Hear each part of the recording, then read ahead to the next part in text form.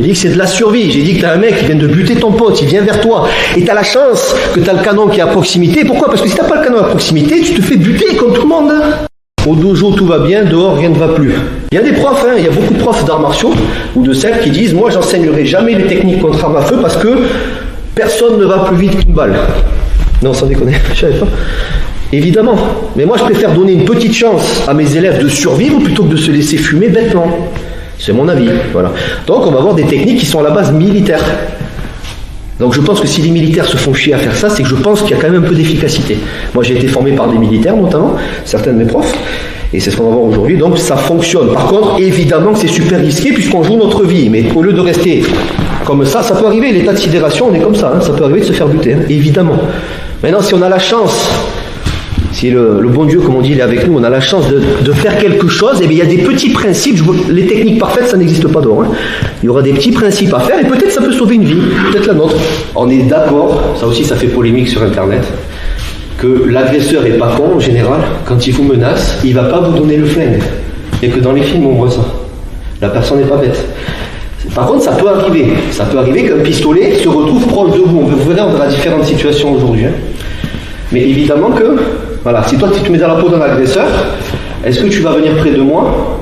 Non, pour le risque que je lui attrape le flingue et quoi. Voilà, donc ça c'est très important à comprendre. Tout ce qu'on va faire maintenant, c'est les bases. C'est vraiment niveau entre guillemets débutant. Pourtant, c'est des techniques de ceinture noire de Krav Maga. Ce que je disais sur Internet, il y a beaucoup de critiques sur le fait que les agresseurs sont statiques. Pas forcément qu'avec les pistolets. Ouais, mais c'est facile, il nous gonfle avec ça, une tête comme ça. Ouais, mais c'est facile sur un pantin qui bouge pas. Ils ont tout à fait raison.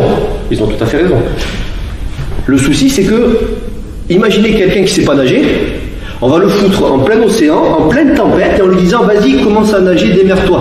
Normalement, il va crever, il va vite couler. Ça veut dire que c'est des éducatifs de base, étape par étape. On va voir plein de choses, mais vous allez vite voir qu'après, dans l'après-midi, quand on va faire des choses où la personne, c'est plus un épouvantail qui est comme ça, c'est là où rien ne va plus. Bon, c'est ça qu'il faut comprendre. Mais d'abord, la base. Si on ne sait pas comprendre les principes de base, comment enrayer une arme à feu et compagnie, on va tous couler, dans l'idée, d'accord ? Après, il y a d'autres façons d'expliquer. Quand on est un bébé, d'abord on rampe, ensuite on marche, ensuite on court. Et quand on voit des vidéos de tutos, c'est des explications. Il y en a qui disent, ouais, mais le mec il laisse faire, c'est facile. Je dis pourquoi quand? Parce que c'est souvent des boxeurs, box style, MMA, machin. Vous savez, les mecs gros bras, bouche en cul de poule sur la photo. Voilà, la photo de profil, c'est toujours le même gabarit, d'accord? J'ai rien contre les mecs du MMA, mais il y en a certains, ça va trop loin. Enfin bref. Tout ça pour dire, j'ai envie de leur demander, est-ce que quand tu as démarré la boxe, ton sac de frappe, il bougeait? Non.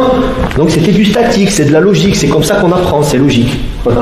Comme je l'ai dit, le mec, vous le lâchez dans l'océan, en pleine tempête, il va se noyer. Donc on démarre doucement, voilà. Par contre, il ne faut pas s'arrêter là.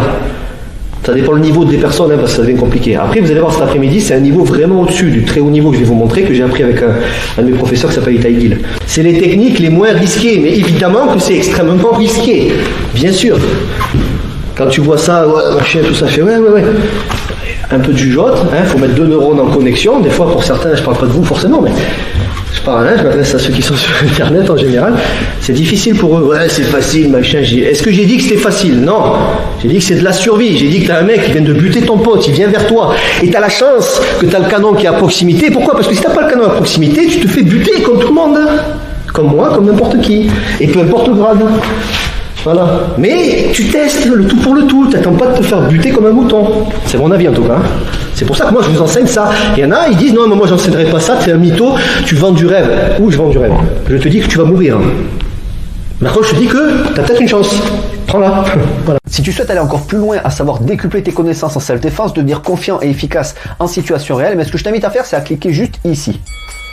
Formation offerte, ou encore sur le lien qui est en description juste sous la vidéo. Voilà, j'espère que la vidéo d'aujourd'hui t'a plu et que t'a aidé à progresser un petit peu plus. Quant à moi, je te retrouve de l'autre côté pour commencer ta formation vidéo offerte. À tout de suite.